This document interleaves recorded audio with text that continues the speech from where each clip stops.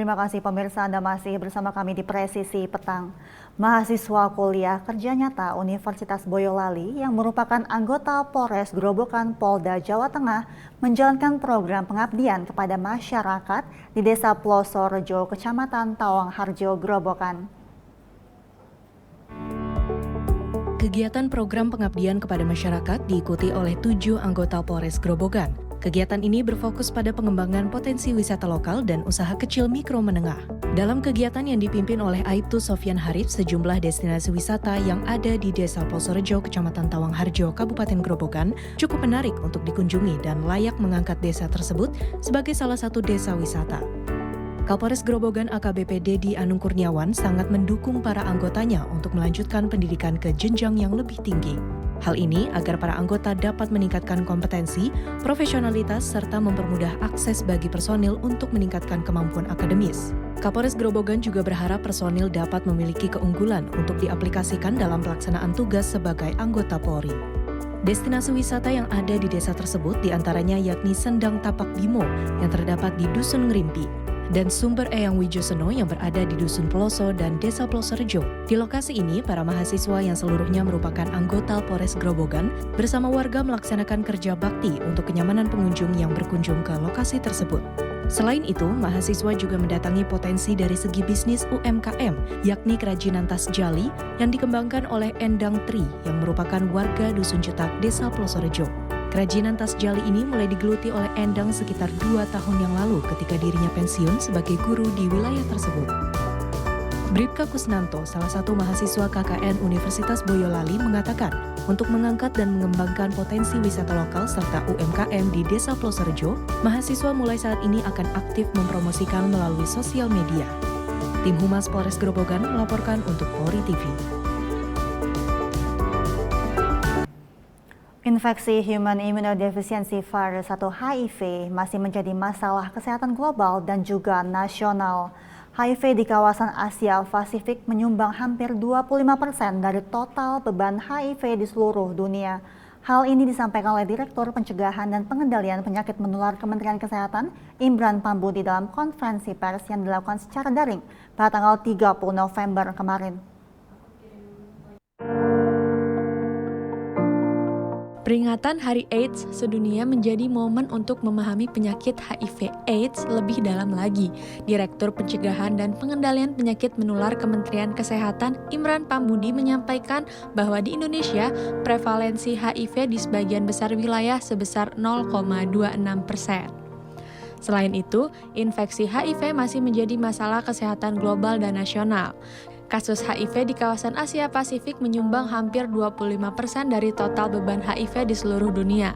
Hal ini disampaikan dalam konferensi pers yang dilakukan secara daring melalui kanal YouTube Kementerian Kesehatan pada tanggal 30 November 2023. HIV itu adalah singkatan dari Human Immunodeficiency Virus, yaitu virus yang menyerang dan melemahkan sistem kekebalan tubuh. Sedangkan kalau sudah AIDS, ini sudah masuk ke sindrom, yaitu kumpulan gejala penyakit akibat menurunnya kekebalan tubuh yang disebabkan oleh infeksi virus tadi. Dan infeksi ini masih menjadi masalah kesehatan global dan nasional, di mana untuk kawasan Asia Pasifik ini menyumbang hampir 25% dari total HIV di seluruh dunia.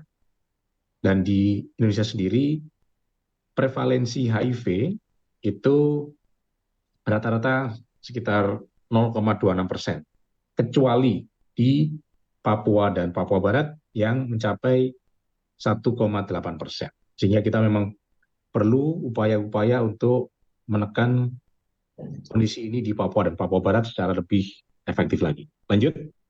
Dalam kurun waktu 2010 sampai 2022, sebetulnya sudah terjadi kemajuan yang cukup berarti di dalam penanggulangan HIV/AIDS di Indonesia. Terjadi penurunan infeksi baru HIV, dan ini adalah merupakan dampak dari akselerasi pengendalian yang fokusnya pada intervensi mulai dari pencegahan dan juga ekspansi skala besar untuk terapi antiretroviral. Saat ini Indonesia fokus untuk mewujudkan target 3.0 di tahun 2030 dalam rangka memutus penyebaran HIV/AIDS. Peringatan Hari AIDS ini bertujuan untuk kembali membangun kesadaran bagi seluruh pihak. Tema tahun ini adalah bergerak bersama komunitas untuk mengakhiri AIDS tahun 2030. Peran aktif komunitas dalam melakukan perubahan serta kontribusi mencegah penularan HIV ke orang lain, terutama pasangan, hingga pemanfaatan teknologi untuk menyebarkan informasi mengenai HIV/AIDS menjadi upaya penting yang perlu dilakukan.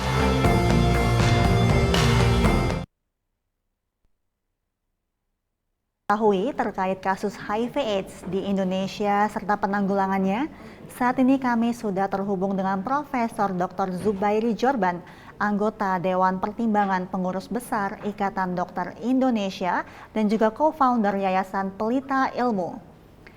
Selamat sore Profesor Zubairi. Apa kabar Prof? Baik, selamat sore Mbak. Apa kabar, sehat? Baik. Dok, mengenai perkembangan kasus HIV/AIDS di Indonesia, menurut dokter sendiri bagaimana perkembangan kasus HIV/AIDS dan upaya apa saja yang telah dilakukan untuk menanggulangi HIV/AIDS ini? Jadi begini, HIV/AIDS itu sebetulnya tadinya kita udah tahu semua. Cara penularannya tahu, cara pencegahannya tahu, obat-obatannya tahu persis dan tersedia dan gratis. Jadi mula-mula jelas sekali jelas ada kemajuan. Namun masalah pandemi COVID-19 kemarin membuat kemunduran di banyak negara, hampir di semua negara, baik di Indonesia, baik juga di Asia, di Eropa, di Inggris, dan juga bahkan juga di Amerika terjadi kemunduran karena selama pandemi kan orang dengan HIV ini kan harus minum obat teratur. Jadi harus berobat teratur ke layanan kesehatan. Nah, karena pandemi kendaraan kan menjadi terbatas, disarankan tidak keluar rumah, disarankan jangan ke rumah sakit, sehingga cukup banyak yang putus obat, itu yang menjadi kendala. Dan jumlah tes yang dikerjakan di semua negara di dunia juga menjadi menurun. Selain juga masalah kemiskinan menjadi amat menonjol, dan itu amat sangat terkait dengan masalah penyakit HIV/AIDS ini. Jadi kita mengalami kemunduran sewaktu pandemi sampai 2022 yang lalu. Nah, harusnya tahun 2023 ini semua negara melipat gandakan untuk mengejar ketinggalan sewaktu pandemi. Nah, ini kelihatannya kita pacing-nya kecepatan untuk mengejar ketinggalan ini perlu ditingkatkan. Baik, jika kita melihat sejak pandemi memang dari fasilitas semua telah disiapkan oleh pemerintah mengenai dalam menanggulangi penyakit HIV/AIDS ini. Tapi bagaimana dengan kesadaran masyarakat di Indonesia terhadap penyakit dari HIV/AIDS ini, Prof? Iya, kesadaran masyarakat lumayan dibandingkan waktu awal dulu. Saya mula-mula ketemu pasien pertama itu di Paris tahun 83, kemudian di Indonesia 86. Nah, 86 itu dibanding 86 kita sih maju pesat sekali, pengetahuan masyarakatnya meningkat. Namun kan selalu ada generasi baru yang muncul. Nah, generasi baru ini perlu terus dilakukan edukasi, karena itu working with the media, kerjasama dengan media, termasuk sore ini kerjasama dengan Polri TV ini menjadi penting agar masyarakat menjadi lebih paham, lebih ingat, dan yang mulai remaja, mulai tumbuh dewasa, itu yang punya risiko, itu yang tadinya tidak tahu, sekarang menjadi tahu. Jadi memang harus terus-menerus edukasinya berkesinambungan. Prof, mengenai tantangan, pandemi sudah hampir kita memasuki pasca pandemi COVID-19. Lalu tantangan apa saja yang akan dihadapi dalam menanggulangi HIV/AIDS ini?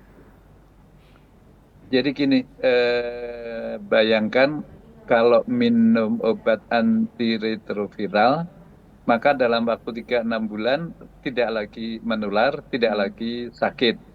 Jadi teoritis adalah kalau semua orang dengan HIV ketahuan HIV dan semua minum obat, maka selesailah masalah HIV ini. Karena itu UNAIDS, WHO, kita semua sepakat untuk menyelesaikan masalah ini 2030, karena amat sangat mungkin. Nah, Masalahnya kemudian ada beberapa kendala termasuk mengenai pandemi COVID itu sehingga kita mengalami kemunduran.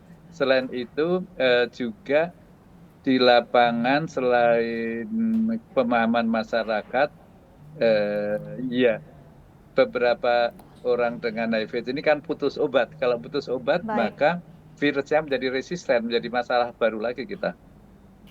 Baik, terima kasih Profesor Dr. Zubairi Jorban atas waktu Anda. Sehat selalu. Selamat sore, Dok. Sama-sama, terima kasih banyak. Pemirsa tetaplah bersama kami dalam Presisi Petang akan segera kembali.